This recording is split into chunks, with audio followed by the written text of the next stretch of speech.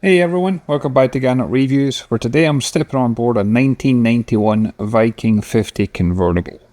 At the time of shooting this video, she was up for sale in Daytona Beach, Florida for $169,000. And she measures in just over 50 feet in length. She's got a beam of around 16.5 feet and a maximum draft of just under 5 feet. And for bridge clearance, you're looking at around 16.5 feet. This is turning into being a modern classic. There's a lot of people interested in boats like this for doing offshore fishing. And if you fast forward to today and get a similar size Viking, a lot of the quality and design that you see is still carried on today. Most of the focus is going to be on that aft cockpit because a lot of people are using this for offshore sports fishing. And as you can see in this one, it's also got underwater lighting, you can just see in the shadow as well. So stepping on board that aft cockpit. This is a self-bailing cockpit, and it's large enough where you're going to get several of your family and friends to be able to fish out here together without worrying about bumping into each other. You get rod holders all the way around. This has got the custom teak cover boards. You'll notice that the cleats are underneath, and that way you don't trip on them when you're out here, but also it keeps them away from all your lines and things like that. You get a transom door for bringing in a large catch, but this also doubles up where it's ideal if you're into diving. It's easy enough to get in and out from the water. I got a cooler along the transom, and then as we move across, you can see more of that self-draining facility as well as the cleats underneath. And then finally at the bottom of the steps, you'll notice that this one's got a deck wash system built in. She does come with outriggers. She's got spotlights up there, the outrigger controls, there's rod holders just behind the helm seats. It's got a retractable canopy cover. And then we've got our bait station as well.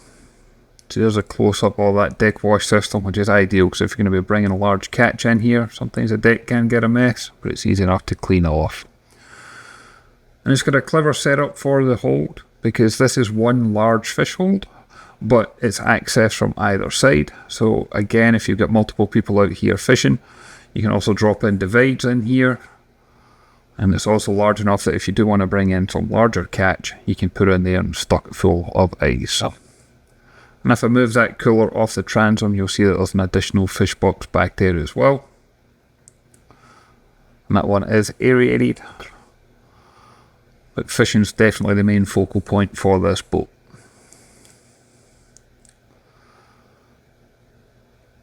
So against the superstructure, you've got your typical Viking layout where the door to the starboard side is for the engine, which I'll show you at the end. You've then got a wash set up. And then you've got another fish hold behind the steps. And then down below you've got storage for all your tackle boxes.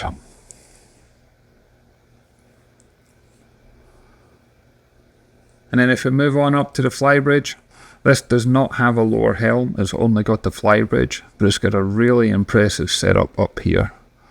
You get great views both for cruising, for close quarter manoeuvring, but as I pan round you'll see the helm's got perfect access to the aft cockpit. That way you can keep an eye on your crew down below, but you can also keep an eye on the fish and make sure you've got the boat in perfect position. Got the controls for those outriggers.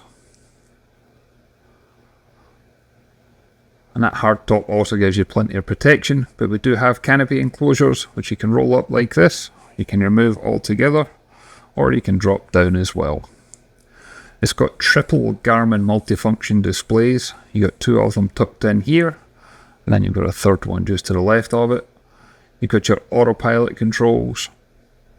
Then as we keep moving around, you get your engine management system, and you've got a bunch of lights for things like your bilge pumps, autopilot, compass, spotlight, and then up overhead you got all your communications via VHF and GMDSS radios. And then as we pan along, you'll see that this one's also got the Fusion stereo controls as well, so you can hook up your Bluetooth to your phone, and there's speakers throughout the entire boat. Now as we make our way around, you see there's really comfortable seating up here so your family and friends can join you as you're cruising out to the fishing grounds. There's wraparound seating in front as well. There's storage underneath the seats, there's storage on the forward bulkhead. And then from here you can just see the great view and visibility that you have for everybody to enjoy their time on board.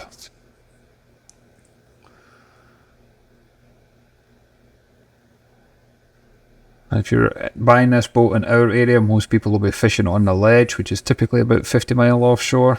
So you want to have all that comfort for doing so. And speaking of comfort, look at those helm seats. And then I'll make my way around to the bow, and you can see the base of those outriggers that I was mentioning. And there's a handle that's right above the windows that you can hold on to as you make your way forward.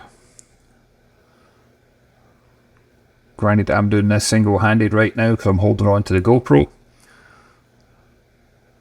And you can see that handle right now. And then you can see we've got the guardrail on the outside. Not all sports fishing boats have that, but I think it's a great feature for making everybody feel safe and secure. This one does come with a deck crane. That way you can put a tender up here. Perhaps you want to put a jet ski, small rib, something like that. Make your way to the bow and you'll see it's got the electric windlass. Easy access to your controls.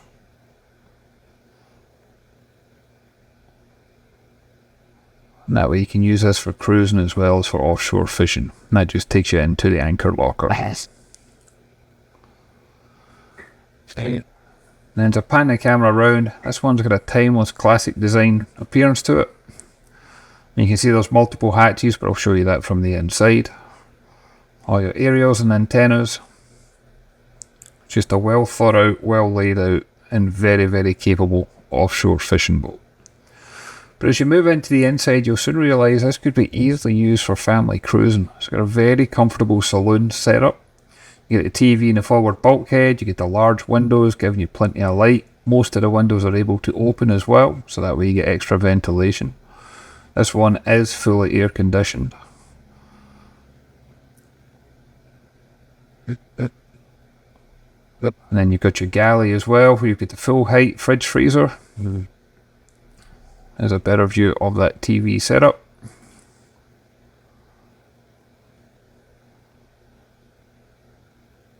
And I really like the flooring that was on this one. I don't think this is going to be original, but it's very, very smooth.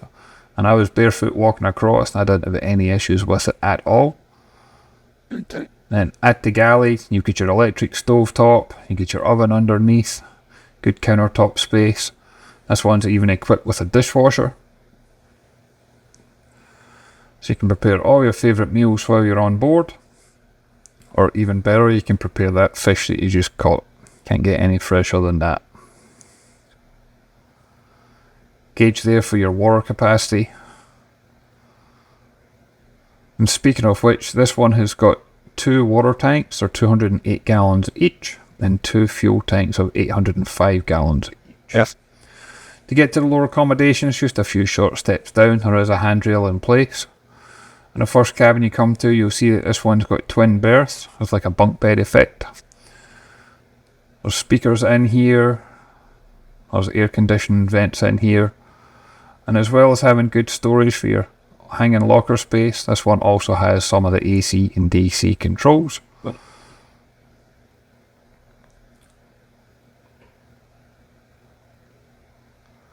And there's good headroom throughout this entire boat. I'm 6'2" and I don't have any issues. You can see there's an opening hatch overhead as well. Then moving forward, I've then got laundry facilities where I've got both a washer and a dryer. That way you're always going to have clean clothes, bed linens, towels, things like that. And opposite is where you're going to find the owner's cabin. This one's got a large island berth so you can access it from either side. And I like the use of the mirror because that helps make it feel like a much larger cabin. So you don't have that cramped claustrophobic feeling when you're on board. You can get a glimpse of how much headroom I've got when you see my reflection on that mirror. Plenty of lighting in here as well. Hanging locker space behind that door. And then this one's actually got a vanity station built into it as well. Or in my case, you could pop up a laptop there, no issues. TV mounted up overhead. You can see that air conditioning vent.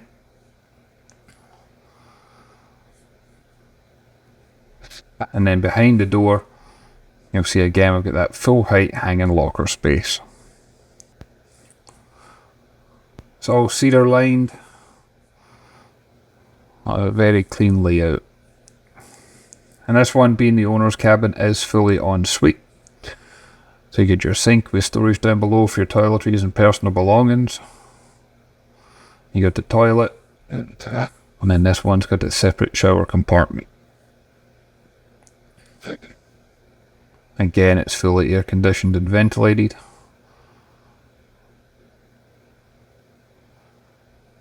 And then finally, we've got one more stateroom. This one's got 3 cabins in total. And this is going to take you into the day head. So as you can see on the starboard side, there's a door that leads into that cabin. And that way you get private access, but you do also have access from the passageway with a separate shower, toilet, and sink, and again, storage underneath for your personal belongings. And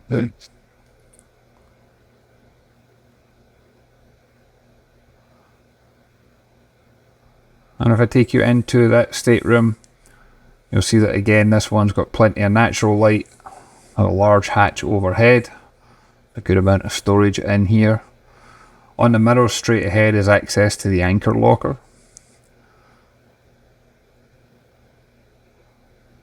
And as well as having the different lockers, drawers and cabinets, we've also got the TV mounted up on the bulkhead as well.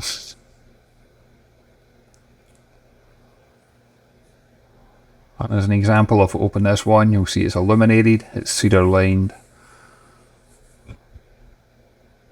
Plenty of room in there. You could easily use this for extended cruising or longer times offshore before rushing back into port.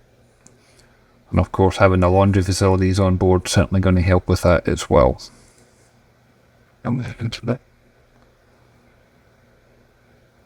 I'll take you into the engine compartment. As I mentioned, that's located out in the aft cockpit. And down here, what you're going to find is a pair of Detroit diesels. They're 8V92 diesel engines. They're approximately 735 horsepower each and approximately 4,500 hours on the clock. In the right conditions, you should expect cruising speeds of around 25, 26 knots, something like that. And flat out, you'll get somewhere around 30 knots. And there is also a 15 kilowatt generator. That's got approximately 6,390 hours on the clock. And I'll include a link in the description to the Yacht World listing.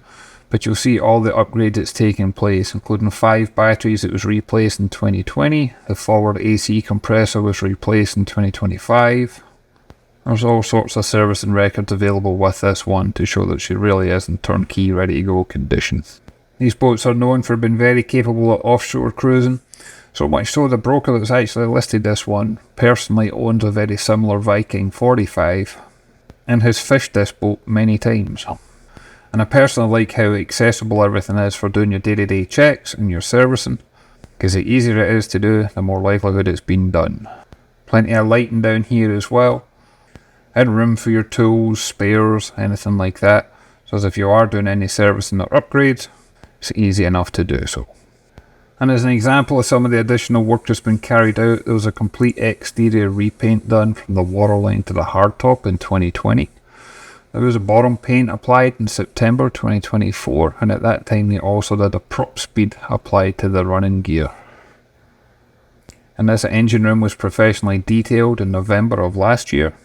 And as you can see, there's no signs of any major leaks, whether that be fuel, water or oil.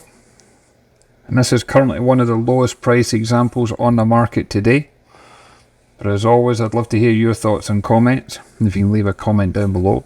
If you haven't done so already, you can hit that like and subscribe button. It really does make a difference. And I'd like to thank Bob and Joe for the opportunity to come on board and check this one out. And I'll catch you on the next one. Thanks everyone.